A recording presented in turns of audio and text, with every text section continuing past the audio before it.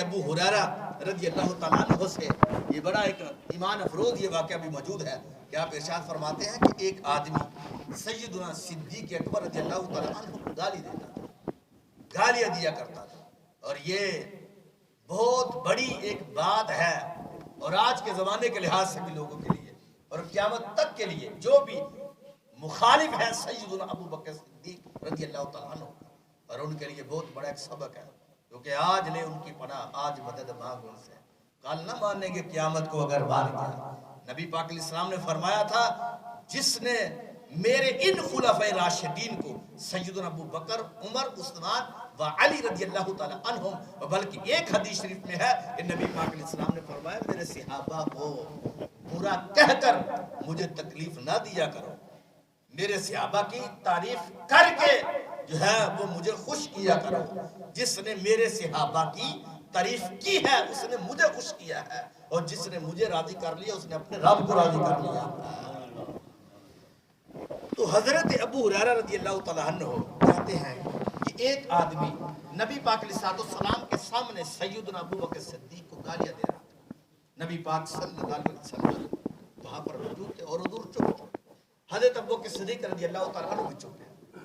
اب جس وقت وہ گالیاں دیتا رہا اور گالیاں دے کر وہ چپ ہو گیا، حضرت سیدنا صدیق اکبر رضی اللہ تعالیٰ عنہ نے ان کو بھی ایک گالی کا جواب دے دیا۔ ابھی جب ایک گالی کا جواب دیا تو نبی پاک علیہ السلام وہاں سے اٹھے اور اٹھ کر آپ گھر میں تشریف لے گئے۔ جب گھر میں گئے تو حضرت سیدنا صدیق اکبر رضی اللہ تعالیٰ عنہ بھی آپ کے پیچھے چل پڑے، تو کہنے لگے محبوب علیہ السلام جب تک وہ بندہ مجھے گالیاں دیتا رہا آپ وہیں پہ تشریف فرما تھے، اور جب میں نے ان کو گالی کا جواب دیا تو آپ وہاں سے اٹھ کر جو ہے تشریف لے گھر میں، اس کی وجہ کیا ہے؟ تو نبی پاک علیہ السلام نے فرمایا اے میرے صدیق، جس وقت وہ بندہ آپ کو گالیاں دے رہا تھا تو اس گالیوں کا جواب تمہاری جگہ پر رب کا فرشتہ دے رہا تھا۔ اب جب وہ گالی دیتا اور جب آپ نے ان کو گالی کا جواب دیا تو پھر وہ فرشتہ چلا گیا تو شیطان اس کے اندر کود پڑا، تو میرے دل نے گوارے نہیں کیا کہ شیطان جس جگہ پہ کودا ہو تو میں وہاں پر کھڑا ہو جاؤں یا وہاں پر ٹھہر جاؤں۔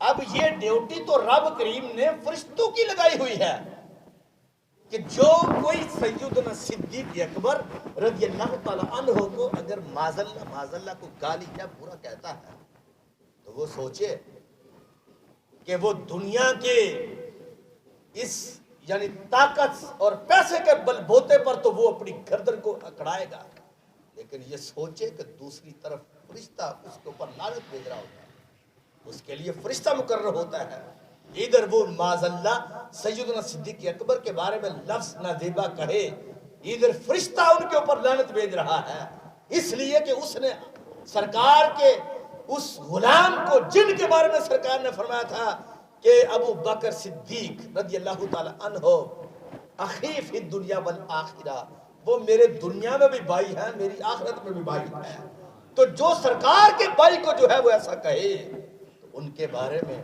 تم سوچو کہ حضرت علی پاک کے بارے میں جو کوئی بندہ نادیبا لفظ بولے تو وہ تو مومن نہ رہے، حضور کی اہل بیت کے بارے میں کوئی غلط یا معاذاللہ ان کو گالیاں دے تو وہ مسلمان نہ رہے، تو سرکار فرماتے ہیں جس نے میرے صحابہ کو بھی گالی دی وہ بھی مسلمان نہیں رہے گا، اور وہ بھی قیامت والے دن ان کو جہنم کا ایندھن بنایا جائے گا۔ تو یہاں پر تو فرشتہ مقرر ہے کہ فرمایا ابو بکر کو کوئی برا کہے گا تو رب کا فرشتہ ان کے اوپر لعنتیں بھیجے گا۔ اللہ اکبر۔ حضرت علی رضی اللہ تعالیٰ عنہ سے یہ حدیث شریف بھی موجود ہے کہ آپ فرماتے ہیں کہ بدر کے دن رسول اللہ صلی اللہ علیہ وسلم نے مجھ سے اور سیدنا ابو بکر صدیق رضی اللہ تعالیٰ عنہ سے فرمایا کہ تم میں سے ایک کے ساتھ جبریل ہوگا دوسرے کے ساتھ میکائیل ہوگا، یعنی بدر کا ایک مارکہ اسلام کا بڑا پہلا مارکہ تھا جس میں 14 مسلمان شہید ہوئے اور 70 کافروں کو مارا گیا، 70 کو قیدی کر لیا گیا، اور بڑی اکڑ تھی کفر کے اندر، شرک میں بڑی اکڑ تھی، لیکن اس وقت آپ نے اپنے قدموں کے نیچے روند کر رکھ دیا۔ 313 کی وہ چھوٹی سی جماعت جو ظاہری طور پر گنتی کے لحاظ سے نظر آ رہا ہے، لیکن نبی پاک علیہ الصلوۃ والسلام نے فرمایا اے میرے ابو بکر صدیق تمہاری کیا شان ہے کہ تمہارے لیے رب کریم نے ایک فرشتہ مقرر کیا ہے حضرت جبریل کو، اے علی تمہاری کیا شان ہے اور تمہارے لیے جو برگزیدہ فرشتہ ہے، فرمایا وہ میکائیل جو ہے وہ مقرر کیا ہے۔ اب 4 رب کے سب سے برگزیدہ فرشتے ہیں، ایک حضرت جبریل، ایک میکائیل، ایک حضرت اسرافیل اور ایک حضرت اسرائیل علیہ السلام جو ہے، ان میں سے 2 جو برگزیدہ فرشتے تھے حضرت جبریل اور حضرت میکائیل علیہ السلام۔ اے ابو بکر صدیق تمہارے لیے اور علی تمہارے لیے رب نے زمین پر بھیج دیے ہیں۔ اور ایسے ہی سید عالم نور مجسم شفیع معظم صلی اللہ علیہ وسلم کی حدیث شریف بھی حضرت عبداللہ بن عمر رضی اللہ تعالیٰ عنہما سے مروی ہے۔ آپ فرماتے ہیں کہ ایک دن بہت سے لوگ جمع ہو کر نبی کریم صلی اللہ علیہ وسلم کی خدمت میں حاضر ہوئے اور عرض کی یا رسول اللہ صلی اللہ علیہ وسلم، حضرت ابو بکر صدیق رضی اللہ تعالیٰ عنہ فرما رہے ہیں کہ تمام نیکیاں خدا کی طرف سے ہی ہوتی ہیں اور برائیاں لوگوں کی طرف سے ہوتی ہیں، یعنی یہ جو نیکیاں کی جاتی ہیں سیدنا صدیق اکبر رضی اللہ تعالیٰ عنہ فرماتے ہیں کہ یہ اللہ کی طرف سے ہوتی ہے، لیکن جو کوئی بندہ گناہ کرتا برائی کرتا ہے تو یہ اللہ کی طرف سے نہیں ہوتی، یہ بندے کی طرف سے ہوتی ہے۔ اب یہ بات جو تھی وہ آپ نے کی اور حضرت عمر رضی اللہ تعالیٰ عنہ پاس تھے، انہوں نے کہا کہ نہیں ابو بکر صدیق، نیکی اور بدی سب اللہ کی طرف سے ہے، یعنی جو نیکی ہے وہ بھی اللہ کی طرف سے ہے اور جو برائی ہے وہ بھی رب کریم کی طرف سے ہی ہے۔ یہ سیدنا حضرت عمر رضی اللہ تعالیٰ عنہ جو ہے انہوں نے یہ بات کی، یہاں تک یہ مسئلہ بیان ہوتا ہوا کافی بحث کے اندر چلا گیا۔ اب یہ صحابہ کرام المرضوان بھی اس مسئلے کو سن رہے تھے۔ سیدنا ابو بکر صدیق رضی اللہ تعالیٰ عنہ حضرت عمر فاروق رضی اللہ تعالیٰ عنہ کا یہ فیصلہ سرکار مدینہ صلی اللہ علیہ وسلم کی بارگاہ میں پیش کر دیا گیا۔ اب جس وقت یہ بتایا گیا نبی پاک علیہ السلام کو تو آقا علیہ الصلوۃ والسلام نے اس مسئلے کو سن کر مسکرانا شروع فرما دیا۔ سرکار نے فرمایا اے ابو بکر صدیق اور اے عمر فاروق رضی اللہ تعالیٰ عنہما، آج جس مسئلے پر تم بحث کر رہے ہو اسی مسئلے پر بحث حضرت جبریل اور حضرت میکائیل علیہ السلام بھی کر رہے ہیں، یعنی جس برائی اور نیکی کے بارے میں تم کہہ رہے ہو کہ یہ اللہ کی طرف سے ہے اور یہ بندے کی طرف سے یا دونوں اللہ کی طرف سے ہے، اسی مسئلے پر بحث تو آسمان کے فرشتے حضرت جبریل اور حضرت میکائیل علیہ السلام بھی کر رہے ہیں۔ یہ کیسا یعنی ایک تقابل تھا، ایک توازن جو ہے وہ بیان کیا گیا کہ ادھر آسمانوں پر بھی بحث ہے اور ادھر زمین پر بھی بحث ہے۔ اس لیے تو نبی پاک علیہ السلام نے فرمایا تھا کہ میرے 2 وزیر آسمانوں پر ہیں، 2 وزیر میرے زمین پر ہیں۔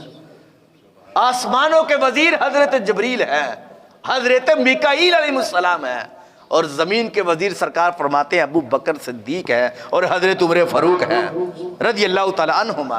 ادھر آسمانوں پر دونوں بحث کر رہے ہیں، حضرت ابو بکر صدیق یعنی آسمانوں کے جو وزیر ہے وہ بھی اسی مسئلے میں بحث کر رہے ہیں، اور ادھر زمین کے جو وزیر ہے وہ بھی اسی مسئلے پر بحث کر رہے ہیں۔ تو نبی پاک علیہ الصلوۃ والسلام نے فرمایا جس طرح تم میرے پاس یہ مسئلہ لے کر آئے ہو اسی طرح وہ جو حضرت جبریل اور حضرت میکائیل علیہ السلام یہ بھی اب مسئلہ لے کر حضرت اسرافیل کے پاس چلے گئے ہیں۔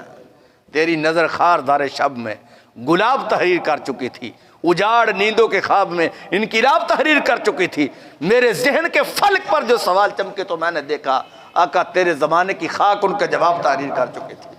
کہاں جبریل علیہ السلام آسمانوں کے اوپر، کہاں میکائیل علیہ السلام آسمانوں کے اوپر، تو نبی پاک علیہ الصلوۃ والسلام زمین پر بیٹھے ہیں اور ان کا جو مسئلہ تھا اس مسئلے کو سرکار زمین پر بیان کر رہے ہیں، اور ساتھ یہ بھی کہا کہ جب ان دونوں کا فیصلہ نہ ہو سکا تو اس وقت وہ فیصلہ لے کر اسرافیل علیہ السلام کے پاس چلے گئے، جس طرح آج تم میرے پاس ابھی آئے ہو اس طرح وہ بھی ان کے پاس چلے گئے۔ تو نظر سرکار کی کہاں تک پہنچی؟ آسمانوں کو چیرتی ہوئی جس میں ہزاروں سال کا فاصلہ تھا۔ نبی پاک علیہ الصلوۃ والسلام نے فرمایا وہ فرشتے جو ان کے پاس چلے گئے۔ اب حضرت اسرافیل کا جو فیصلہ ہے، اے میرے ابو بکر اور عمر میں تمہیں بتا دیتا ہوں کہ انہوں نے فیصلہ کیا کیا۔ فرمایا اسرافیل نے فیصلہ یہ کیا جبریل اور میکائیل علیہ السلام کے درمیان، فرمایا انہوں نے کہا القدر خیرہ و شرہ و حلوہ و مرہ کلہ من اللہ تعالی۔ اے اسرافیل کہنے لگے کہ جبریل اور میکائیل، اچھی اور بری، میٹھی اور کڑوی جو تقدیر ہوتی ہے وہ کلہ من اللہ، وہ اللہ کی طرف سے ہوتی ہے، برائی بھی اللہ کی طرف سے ہے، نیکی بھی اللہ کی طرف سے ہے۔ تو فرمایا اگر رب، اس کے بعد پھر نبی پاک علیہ السلام نے فرمایا کہ صدیق بات یہ ہے کہ اگر رب چاہتا تو شیطان کو پیدا ہی نہ کرتا۔ اب شیطان کو پیدا کس نے کیا؟ رب نے کیا ہے۔ اب پیدا رب نے اس کو کیا ہے تو آگے سے وسوسے تو وہ شیطان ڈالتا ہے۔ تو یہ فیصلہ جو تھا نبی پاک علیہ السلام نے حضرت عمر کے حق میں کیا، چونکہ حضرت عمر یہ کہتے تھے کہ یہ برائی بھی من جانب اللہ ہوتی ہے اور نیکی بھی اللہ کی طرف سے ہوتی ہے۔ آگے بندے کی ہمت اور کوشش ہوتی ہے کہ بندہ کس طرف چلتا ہے۔ اس لیے سید عالم صلی اللہ علیہ وسلم نے فرمایا تھا کہ میرے صحابہ کہ جس وقت کوئی بچہ پیدا ہوتا ہے تو اس وقت اس کی پیدائش کے وقت ایک فرشتہ بھی پیدا ہوتا ہے اور ایک شیطان بھی پیدا ہوتا ہے۔ اب شیطان کا کام کیا ہوتا ہے؟ اس بچے کو، اس بندے کو آخری دم تک برائیوں کی طرف لے جاتا ہے، اور جو فرشتہ ہوتا ہے اس کو نیکی کی طرف لے جاتا ہے۔ اگر وہ فرشتہ غالب آ جائے تو وہ بندہ پرہیزگار بن جاتا ہے، برائیوں کو چھوڑ دیتا ہے۔ اگر وہ جن جو ہے اس بندے کے اوپر غالب آ جائے تو وہ کیا ہے؟ وہ پھر شیطان غالب آ جاتا ہے، وہ جن غالب آتا ہے، پھر وہ برائیاں کرتا ہے، نیکیوں کی طرف نہیں جاتا ہے۔ اسی طرح نبی پاک علیہ السلام نے فرمایا کہ ہر برائی، ہر نیکی، میٹھی کڑوی جو ہے وہ ساری تقدیر اللہ کی طرف سے ہوتی ہے۔ اس لیے کہ اگر اللہ چاہتا تو شیطان کو پیدا ہی نہ کرتا۔ اب شیطان پیدا ہوا تھا تب جا کر جو ہے یہ معاملہ پیش آیا تھا کہ بندوں نے برائی کی، برا عمل کیا، کڑوے کام کیے، جس کی بنیاد پر ان کو عذاب جہنم ملا۔ تو یہ فیصلہ جو تھا نبی پاک علیہ السلام نے، یعنی جو آسمانوں پر تھا وہی فیصلہ سرکار نے زمین پر بھی اس کو بیان فرما دیا ہے۔ اور پھر آخر میں یہ بات بیان کر کے اپنی بات کو اختتام کی طرف لے جاتا ہوں۔ حضرت ابو المعتمر رضی اللہ تعالیٰ عنہ کہتے ہیں کہ حضرت علی رضی اللہ تعالیٰ عنہ سے حضرت ابو بکر صدیق اور حضرت عمر رضی اللہ تعالیٰ عنہما کے بارے میں سوال کیا گیا۔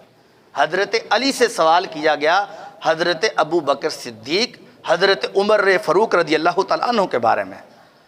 تو آپ نے آگے سے کیا ارشاد فرمایا؟ فرمایا یہ دونوں قیامت کے دن ان 70 آدمیوں کے وفد میں ہوں گے جو حضرت محمد الرسول اللہ صلی اللہ علیہ وسلم کے ساتھ خدا کی بارگاہ میں حاضر ہوں گے۔ یعنی قیامت والے دن 70 افراد ایسے ہوں گے اور ان کا وفد ہوگا جن کی سربراہی نبی پاک علیہ السلام کے سر مبارک پر ہوگی۔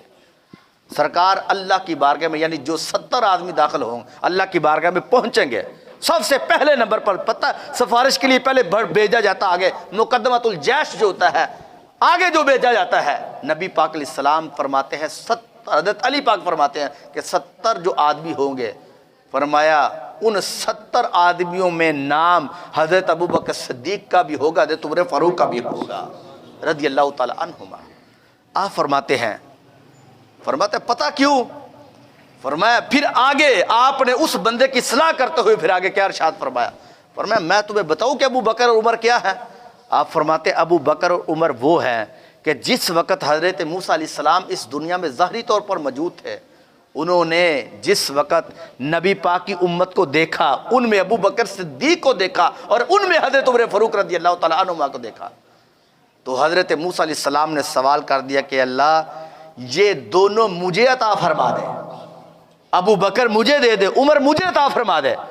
کہتے ہیں کہ اس وقت اللہ کریم نے پھر فرمایا تھا کہ اے موسیٰ علیہ السلام اگرچہ تمہاری عزت اور تمہارا مقام بھی میری بارگاہ میں بڑا ہے، لیکن یہ دو شخص جو ہیں، ایک حضرت ابو بکر اور ایک حضرت عمر ہے، فرمایا یہ دونوں کو میں نے اپنے نبی کا ساتھی بنا دیا ہے، آخری نبی کے حوالے اور ان کا امتی میں نے بنایا ہے۔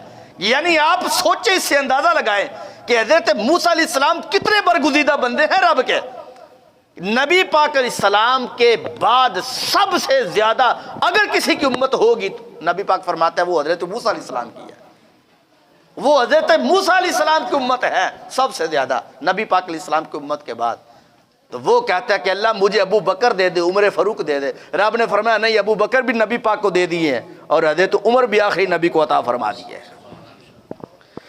اور پھر آخری جو بات میں بتانے لگا تھا اس کی وجہ یہ ہے کہ نبی پاک علیہ السلام کا جب وصال مبارک ہو گیا تو اس وقت صورتحال یہ پیدا ہوئی کہ حضرت سیدنا صدیق اکبر اور دیگر جو مسلمان تھے ان کے اوپر بڑی آزمائش آئی. یہاں تک کہ کچھ ایسے لوگ بھی تھے کہ انہوں نے زکوٰۃ کا انکار کر دیا, مرتد ہو گئے. کسی نے فرضیت کا انکار کر دیا, نماز کا انکار کر دیا. وہ جانتے ہیں کہ پھر حضرت سیدنا ابوبکر صدیق رضی اللہ تعالیٰ عنہ آگے بڑے تلوار لے کر, اور آپ نے فرمایا کہ میں ان سے قتال کروں گا جب تک کہ وہ ایک رسی جو سرکار کے زمانے میں دیتے تھے وہ نہ دے لے. یہاں تک کہ آپ نے جملہ بولا, فرمایا میں اس وقت تک ان کے ساتھ جہاد کروں گا جب تک کہ وہ نماز اور زکوٰۃ کے درمیان فرق کرتے رہیں گے. ابو بکر ان کے خلاف جہاد کرتا رہے گا. اب حضرت عمر فاروق رضی اللہ تعالیٰ کہتے ہیں کہ میں نے حضرت صدیق اکبر سے اور دیگر صحابہ نے کہا کہ آپ نہ نکلیں, وہ جہاد جو آپ ان کے خلاف کر رہے ہو آپ کی ہمیں بڑی ضرورت ہے. وہ نماز کا انکار کر رہے ہیں یا زکوٰۃ جو ہے وہ دینے سے انکار کر رہے ہیں, تو آپ یعنی اس عمل کی بنیاد پر آپ ان سے جہاد کریں گے. تو حضرت سید صدیق اکبر رضی اللہ تعالیٰ عنہ فرماتے ہیں, حضرت عمر کہتا ہے کہ پھر آپ نے ہماری ایک نہیں سنی, آپ نکلے وہاں پر سے. کہتے ہیں پھر یہ ہمیں بعد میں پتا چلا کہ جب یہ معاملہ رفع دفع ہو گیا, زکوٰۃ دینے کا اقرار کر لیا, نماز کی پابندی اور انہوں نے اس کا اقرار کر لیا, پھر ہمیں پتا چلا کہ جتنے بڑے عالم اور جو راز نبی پاک علیہ السلام کے سید صدیق اکبر کے سینے میں رب نے رکھے تھے, فرمایا ہم اس سے آگاہ نہیں تھے. اللہ کریم نے اتنا علم سید صدیق اکبر کو عطا فرمایا ہوا تھا. اب ان آزمائشوں میں ایک آزمائش وہ لشکر حضرت ابو اسامہ رضی اللہ تعالیٰ, لشکر اسامہ بھی تھا رضی اللہ تعالیٰ عنہ. یہ سرکار مدینہ صلی اللہ علیہ وسلم کے غلام تھے, اور یہ اسامہ وہ تھے جو نبی پاک علیہ السلام کے محبوب تھے, غلام تھے. حضرت زید رضی اللہ تعالیٰ عنہ کے بیٹے تھے, اور نبی پاک علیہ السلام ان کا ناک کپڑے کے ساتھ صاف کیا کرتے تھے. ایک مرتبہ حضرت عائشہ صدیقہ رضی اللہ تعالیٰ ان کی جو ہے وہ ناک نکل رہی تھی. حضرت عائشہ صدیقہ رضی اللہ تعالیٰ جو ہے وہ ناک صاف کرنے سے ذرا سائڈ پہ ہوئی تو نبی پاک علیہ السلام نے کپڑا خود پکڑا اور اس بچے کا ناک صاف کر دیا. یعنی اتنا پیار کرتے تھے. جب فتح مکہ ہوا تو سرکار اونٹنی کے اوپر سوار تھے, تو کہتے ہیں کہ یہ نبی پاک علیہ السلام کے پیچھے حضرت اسامہ بن زید بیٹھے ہوئے تھے. بڑے بڑے بزرگ بندے, بڑے بڑے تاجور لوگ جو ہے وہ پیدل چل رہے تھے, لیکن یہ سرکار کے ساتھ بیٹھے ہوئے تھے. یہ ایک بہت بڑی آزمائش تھی. اب نبی پاک علیہ السلام کا وصال مبارک ہونے والا تھا, تو سرکار نے اپنے وصال سے پہلے تقریباً 14-15 دن پہلے یا 18 دن پہلے نبی پاک علیہ السلام نے حضرت اسامہ کا لشکر بھیج دیا روم کی طرف. اب جس وقت بھیجا تو ابھی وہ ایک مقام میں خشب ہے, خشب, وہاں پر پہنچا تھا تو پیچھے سے ایک منادی نے ندا دی کہ اللہ کے نبی علیہ السلام وصال کر گئے. اب جس وقت یہ آواز انہوں نے سنی تو وہیں پہ وہ لشکر رک گیا. اب لوگوں نے بڑا اعتراض کیا اور کہا کہ ابو بکر صدیق اس لشکر کو واپس بلا لے, کیونکہ وہ نوجوان ہیں, بچے ہیں, ابھی یعنی ان کے اندر وہ صلاحیات ہی نہیں ہے کہ وہ جو ہے ان کے خلاف جنگ کر سکے. حضرت سیدنا صدیق اکبر کے پاس صحابہ کھڑے ہو گئے, جمع ہو گئے, کہنے لگے حضرت عمر فاروق کہتے کہ میں نے حضرت صدیق اکبر سے کہا کہ ان کو واپس بلا لے. تو حضرت سید صدیق اکبر رضی اللہ تعالیٰ نے پتہ کیا جملہ بولا تھا, فرمانے لگے, بڑا سخت جملہ تاریخ کے اندر موجود ہے لیکن میں سنانا نہیں چاہتا. یہ سمجھے کہ آپ نے فرمایا کہ ہمارے قدموں کے نیچے سے اگر عزت کی چادریں کتے کھینچ کر لے جائیں, یعنی ہماری عزت کی چادریں کتے بھی کھینچ کر لے جائے, تو ابو بکر صدیق پھر بھی اسامہ کا لشکر واپس نہیں بلائے گا. کیوں؟ اس لیے کہ اس لشکر کو میں نے نہیں بھیجا, اللہ کے نبی علیہ السلام نے بھیجا ہے. تو جو لشکر سرکار بھیجے تو میں ان کو واپس کیسے بلاؤں؟ پھر کیا ہوا؟ اب اس لشکر کے بھیجنے کا مقصد, کیونکہ نبی پاک علیہ السلام کی نظر مبارک تو بڑی دور جاتی تھی نا, حضور تو ہر لحاظ سے جانتے تھے. کیا سرکار کو پتہ نہیں تھا کہ لشکر اسامہ جو ہے وہ جائے گا تو کیا ہوگا؟ یا سرکار کو پتہ نہیں تھا کہ وہ 18 سال کی عمر ہے تو وہ اس کمانڈ صحیح نہیں کر سکے گا؟ لیکن حضرت ابو بکر صدیق سرکار نے جن کے بارے میں فرمایا تھا کہ جو راز میرے رب نے میرے سینے میں رکھے ہیں وہ راز میں نے ابو بکر صدیق کے سینے میں بھی رکھ دیے ہیں۔ یہی تو ساری وجہ تھی کہ حضرت عمر فاروق فرمایا کرتے تھے کہ جو راز ابو بکر صدیق جانتا ہے وہ کوئی نہیں جانتے۔ اتنے بڑے عالم تھے کہ سرکار اپنی وصال کی خبر دے رہے ہیں صحابہ کو کہ ایک بندہ اب دنیا کس سے جانے لگا ہے، ایک بزرگ جو ہے وہ جانے لگا ہے۔ تو حضرت عمر کہتے ہیں کہ ہمیں نہیں پتہ چلتا تھا، لیکن حضرت ابو بکر صدیق رونے لگ پڑے، کہتے ہیں کہ ہمیں خیال کر رہے ہیں۔ حضرت ابو ہریرہ کہتا ہے کہ یہ بوڑھا شخص کیوں رو رہا ہے؟ سرکار نے تو ایک بندے کی خبر دی ہے کہ وہ بندہ دنیا سے جا رہا ہے۔ تو سر یہ رونے لگ پڑے۔ کہتے ہیں چند دن کے بعد جب نبی پاک کا وصال ہوا نا تو پھر ہمیں سمجھ آئی کہ ابو بکر صدیق سے بڑھ کر اس دنیا میں نبیوں کے بعد کوئی عالم نہیں ہے، نبیوں کے بعد کوئی عالم نہیں۔ اس لیے سرکار نے فرمایا تھا یعنی میں علم کا شہر ہوں، علی اس کے دروازے ہیں اور ابو بکر صدیق اس کا چھت ہے۔ چھت ہوتی ہے تو تب وہ گھر بچتا ہے، یہ آپ بھی جانتے ہو، ورنہ وہ سارا بھیگ جاتا ہے۔ میں اس کا، ابو بکر اس کا چھت ہے، عمر اس کی دیواریں ہیں۔ اب یہ جملہ کیا تھا اس کے آگے کہتے ہیں کہ آپ نے فرمایا یہ نبی علیہ السلام نے بھیجا تھا۔ پھر ہوا ایسے کہ وہ لشکر آگے چلا گیا، بھیج دیا گیا۔ کہتے ہیں جب وہ لشکر، اس کے بھیجنے کی برکت یہ ہوئی کہ سرکار نے 18 دن خود بیمار ہیں نبی پاک علیہ السلام، تو آپ نے چند دن پہلے اس لشکر کو بھیج دیا۔ کہتے ہیں اس کی راز اور جو راز و نیاز کی اس کے اندر جو باتیں تھی وہ یہ بھی تھی کہ جب وہ لشکر جا رہا تھا، اب جس قبیلے کے اندر وہ لوگ زکوٰۃ کا انکار کر رہے تھے اور جس کے اندر نماز کا انکار کر رہے تھے، جن کے خلاف سیدنا ابو بکر صدیق جہاد کے لیے نکلنے والے تھے، وہ لشکر جس رستے سے گزرتا، جس منکرین زکوٰۃ کے قبیلے کے پاس سے گزرتا، تو وہ قبیلہ دیکھ دیکھ کر سرکار کا دوبارہ کلمہ پڑھ جاتا تھا۔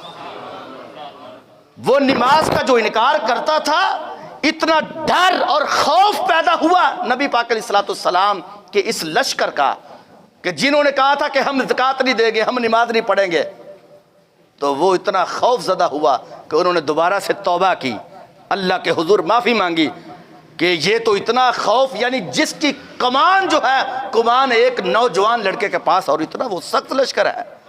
حضرت عمر کہنے لگے کہ ہم سمجھ کے اے ابو بکر صدیق، تجھ سے بڑھ کر جو ہے وہ نبیوں کے بعد کوئی بڑا عالم نہیں ہے، اللہ نے اتنا علم دیا ہے۔ تو یہ بات ہے سیدنا صدیق اکبر رضی اللہ تعالیٰ، بلکہ وہ کئی کتابوں کے اندر موجود۔ آپ کی شان ہم شروع کے اندر یہ بات میں نے بیان کی ہے کہ ہم ایک دھڑے کے والے نہیں ہیں، ہم ہر ایک کی تعریف کرتے ہیں، ہر ایک کے نوکر اس کے غلام ہیں۔ ہمارے پاس ان کی تعریف اور ان کے بارے میں اچھے الفاظ کہنے کے سوا اور عمل ہی کیا ہے؟ وہ اہل بیت طہار ہو یا وہ نبی پاک علیہ السلام کے صحاب ہو، ہم ہر ایک کے نوکر ہیں۔ اگر ان کا آپس میں کوئی معاملہ تھا تو وہ ان کا تھا۔ عقل مند بیٹا ہمیشہ وہ ہوتا ہے کہ باپ اور چچے کی لڑائی کے درمیان وہ نہیں آتا، عقل مند بیٹے کی یہ نشانی ہے، وگرنہ بے عقل تو درمیان میں آ جاتے ہیں۔ کیونکہ نبی پاک نے فرمایا تھا کہ باپ کے بعد اگر کوئی بیٹے کا کوئی باپ ہے تو وہ چچا ہوتا ہے، چچا باپ کی طرح ہوتا ہے، تو ان کا بھی احترام ایسے ہی کرو جس طرح تم اپنے ابا جی کا احترام کرتے ہو۔ صحابہ کے معاملات تو اس سے بھی بہت آگے ہے، وہ تو اتنے بلند ترین ہے کہ وہ ایک سیر گندم صدقہ کریں تو ہم پوری کائنات صدقہ کر ڈالیں پھر بھی ان کا مقابلہ نہیں کر سکتے۔ آج 5 فروری ہے، یوم یکجہتی کشمیر بھی ہے، اس کے بارے میں ایک جملہ بیان کر کے بات ختم۔ کشمیر کی آزادی کے لیے 3 دہائیوں سے بھی زائد وقت گزر گیا، اس کو ہم زاد نہیں کروا سکے۔ اس لیے حضرت قائد اعظم نے فرمایا تھا نا، کشمیر ہماری شاہ رگ ہے، شاہ رگ سلامت ہوتی ہے تو بندے کی روح سلامت رہتی ہے، یہ آپ بھی جانتے ہیں کہ ان کے بارے میں کوئی کمپرومائز جو ہے وہ کرنے کے لیے ہندو تیار ہے، اس لیے تو ہمارے ان سے جھگڑے اور لڑائیاں ہوتی ہے۔ لیکن ہمارے جو وقت کے حکمران ہیں وہ بے شرمی کا مظاہرہ ان کا اس حد تک ہوتا ہے کہ جس طرح پچھلے سال وزیر اعظم نے یہ کہا تھا کہ آدھا گھنٹہ کھڑے ہو کر ان کے لیے خاموشی سے گزارے اور تاکہ دنیا کو بتائے کہ ہم ان کے ساتھ ہیں، تو ہم ان کو یہ بتانا چاہتے ہیں خاموشی سے اگر ملک آزاد ہونا ہوتا تو یہ کب کا آزاد ہو جاتا، یہ کشمیر بڑی دیر کا آزاد ہو جایا ہوتا۔ یہ انڈیا کا صرف حل ایک چیز کے ساتھ ہے، وہ تلوار ہے، صرف تلوار ہے۔ تلوار سے مراد جو ہمارے پاس ہتھیار ہے، انڈیا جنگ کے بغیر کبھی بھی کشمیر ہمیں نہیں دے گا۔ تو آج ہم یہ پھر سے عہد کرتے ہیں، کیونکہ قرآن کریم کے اندر یہ موجود ہے کہ مسلمان ہمیشہ ہوتا ہی وہ ہے جو اپنے دوسرے مسلمان مصیبت زدہ بھائی کا درد اپنے سینے کے اندر رکھتا۔ آج جنگ، یہ لوگ کہتے ہیں کہ یہ علماء ویسی ممبروں کے اوپر بیٹھ کر جنگ کی باتیں جہاد کی کرتے ہیں، ان کو کیا پتا کہ جنگ کے بارے میں یہ نقصانات کتنے ہوتے ہیں؟ تو میں کہتا ہوں کہ نقصان تمہارے نزدیک ہوں گے، ہم جو بات کرتے اللہ کے رسول علیہ السلام کی کرتے ہیں۔ جنگ کے اندر نبی پاک کی حدیث شریف طبرانی اوسط کے اندر موجود ہے کہ نبی پاک علیہ السلام نے فرمایا جب میری امت جنگ سے دور ہٹے گی، جہاد سے دور ہٹے گی، پھر میری امت جو ہے وہ شرمندگی کا سامنا کرے گی۔ کبھی بھی شرمندگی نہ ہوتی اگر انڈیا کو آنکھیں دکھانے کے ساتھ ساتھ ان کی مرمت بھی کی ہوتی۔ جہاں پر ان کی مذمت کرتے ہو وہاں پر ان کی مرمت کرتے تو کبھی بھی یہ اپنے سر کو نہ اٹھاتا اور کشمیر آج آزاد ہو چکا ہوتا۔ کیا یہ حالات یہ کہتے ہیں کہ نہیں نقصان ہوتے ہیں؟ کیا کشمیر کے اندر ابھی تک کوئی نقصان نہیں ہوا؟ جب چاہتے ہیں بیٹیاں اٹھا لیتے ہیں معاذ اللہ، جب چاہتے ہیں ان کی عزتیں لوٹتے ہیں، جب چاہتے ہیں جناب والا جو ہے ان کے مردوں کو درختوں کے اوپر لٹکا دیتے ہیں، جب چاہتے ہیں ان کے ٹکڑے کر کے رکھ دیتے ہیں۔ ابھی تک کہتے ہیں کہ نقصان ہی نہیں ہوا۔ اس سے نقصان ہوتا اگر جنگ جو ہے وہ لگ گئی۔ کشمیر کل بھی ہمارا تھا اور آج بھی ہمارا ہے اور قیامت تک کے لیے ہمارا ہے۔ اس کا حل صرف ایک ہی ہے کہ صرف جو ہے وہ انڈیا کی مرمت کی جائے، ان ظالموں کی، ہندوؤں کی جو ہے وہ مرمت کی جائے۔ مرمت کے علاوہ کبھی بھی کشمیر آزاد نہیں ہوگا۔ اس لیے ہماری جہاں تک جو ہے وہ رسائی ہے وہ یہی ہے کہ ہم کشمیر کی ایک ایک بچے کے ساتھ ہیں، ہم کشمیر کے ایک ایک بوڑھے، ایک ایک جو ہماری بہنیں وہاں پر، ہماری مائیں وہاں پر موجود، ہم ان کے ساتھ ہیں۔ اور اس لیے آج ہم یہ دعا کرتے ہیں کہ رب ذوالجلال کشمیر کو رب آزادی عطا فرمائے، ان کے علاوہ جو فلسطین ہے رب ان کو بھی آزادی عطا فرمائے۔ زمین کے جس جس حصے پر مسلمان پریشانیوں میں یا وہ ظلم کی چکی کے اندر جو ہے وہ پس رہے ہیں، اللہ کریم ان کو آزادی عطا فرمائے۔ آج 22 جمادی الثانی ہے جس میں سیدنا ابو بکر صدیق رضی اللہ تعالیٰ عنہ کا وصال مبارک ہوا تھا۔ میں دعا کرتا ہوں کہ اللہ سیدنا صدیق اکبر کے ایمان اور آپ کے عملوں کے صدقے سے اللہ کشمیر کو آزادی عطا فرمائے۔ وما علیہ الا البلاغ المبین۔